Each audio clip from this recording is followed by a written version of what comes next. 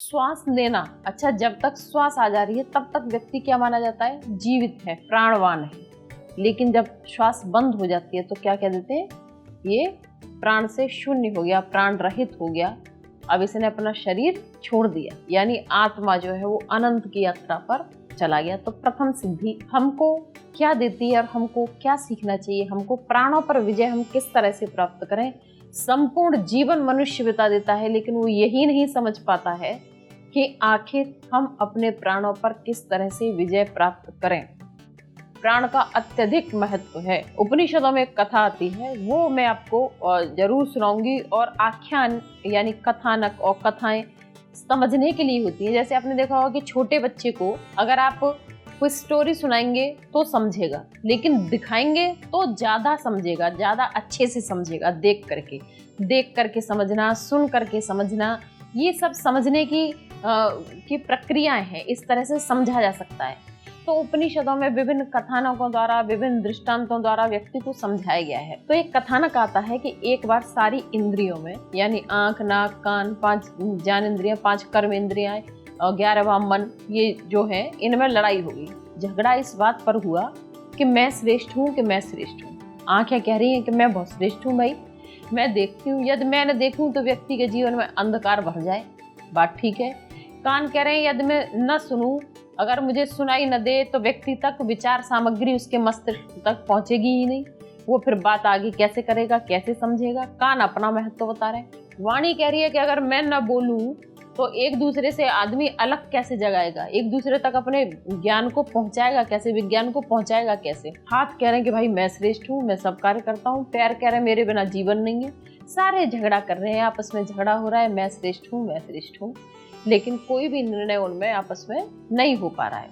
तो उन्होंने सोचा कि चलो अब ब्रह्मा जी के पास हम चलते हैं, वो हमारा निर्णय करेंगे। ब्रह्म कहा जाता है ना, ब्रह्मा क्यों कहते हैं उनको? ईश्वर का इतना विराट अच्छा ज्ञान वाला स्वरूप, जो ज्ञानी है वही तो ब्रह्मा है। तो ब्रह्मा जी के पास जब पहुंचते हैं तो ब्रह्मा जी को समस्या सुनाई जाती है। वो बड़े ध्यान पूर्वक सुनते हैं कि सारे लोग अपने आप को श्रेष्ठ बता रहे हैं। तो ब्रह्मा जी ने कहा कि इसका बहुत सरल सा एक उपाय है, मैं बताऊंगा, वो आप 1-1 महीना कर लेना, फिर आप अपने आप ही इस निष्कर्ष तक पहुंच जाएंगे कि कौन श्रेष्ठ है और कौन श्रेष्ठ नहीं है। तो उन्होंने कहा कि चलो अब आंखों से शुरू करते हैं।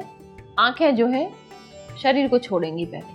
तो एक व्यक्ति के आंख से रोशनी को हटा दिया गया। आंखों क्या है, क्या ये गोलक जो है ये देख रहे हैं या इनके अंदर से कोई देख रहा है? तो आपने देखा होगा बहुत सारे लोगों की आंखें बड़ी खूबसूरत होती हैं लेकिन रोशनी नहीं होती उनमें। इसका मतलब कोई और शक्ति है जो देख रही है। आंखें तो वहीं की वहीं है, वो तो बड़ी सुंदर बड़ी बड़ी आंखें हैं, लेकिन दिखाई नहीं देता है उसको। इसका मतलब कुछ और शक्ति है जो देख रही है। तो ब्रह्मा जी कहते हैं चलो आंखों की इस शक्ति को वापस ले लिया जाएगा। और आंखों ने 1 महीने के लिए ये किया कि उसकी रोशनी ले ली गई, लेकिन देखा कि व्यक्ति का जीवन चल रहा है बिना आंखों के भी, वो रह रहा है जैसे तैसे अपना जीवन यापन कर रहा है, कोई बात नहीं। 1 महीना बाद व्यक्ति के कानों की शक्ति छीन ली गई कि भाई सुनाई नहीं देगा इनको 1 महीना। फिर उन्होंने देखा, आश्चर्यचकित हुए कि बिना कानों के भी, बिना आवाज के वो व्यक्ति अपने सारे काम कर रहा है। इसी तरह वाणी छीन ली गई, बिना बोले भी अपने काम कर रहा है। हाथ नहीं है, बहुत सारे लोगों के आपने देखोगे हाथ नहीं होते हैं फिर भी उनका जीवन चल रहा है। पैर नहीं है फिर भी जीवन चल रहा है। अब सारे आश्चर्यचकित हैं, सारी इंद्रियां 1-1 करके छोड़ के गई 1-1 महीना, लेकिन व्यक्ति पर कोई प्रभाव नहीं पड़ रहा है। अब ब्रह्मा जी बोले अब प्राण जाएंगे छोड़। जब प्राण शरीर को छोड़ करके जाने लगे तो सारी इंद्रियां उखड़ा उखड़ा सा महसूस करने लगी कि नहीं नहीं, प्राणों से प्रार्थना करने लगी तुम छोड़ करके मत जाओ, क्योंकि आज ही हम समझ पाए कि तुम ही सर्वश्रेष्ठ हो। हम सारी इंद्रियों में तुम सबसे ज्यादा सर्वश्रेष्ठ हो और तुम्हारे कारण ही जीवन है।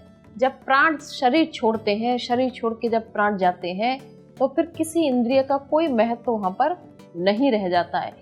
तो प्रभु के द्वार तक अगर पहुंचना है, प्रभु की अगर उपासना करनी है, तो उन्होंने हमको इतनी अच्छी ये सिद्धि दी, प्राण साधना। आप प्राण साधना करिए, कुछ करिए जीवन में कि मत करिए, लेकिन आप प्राण साधना करिए।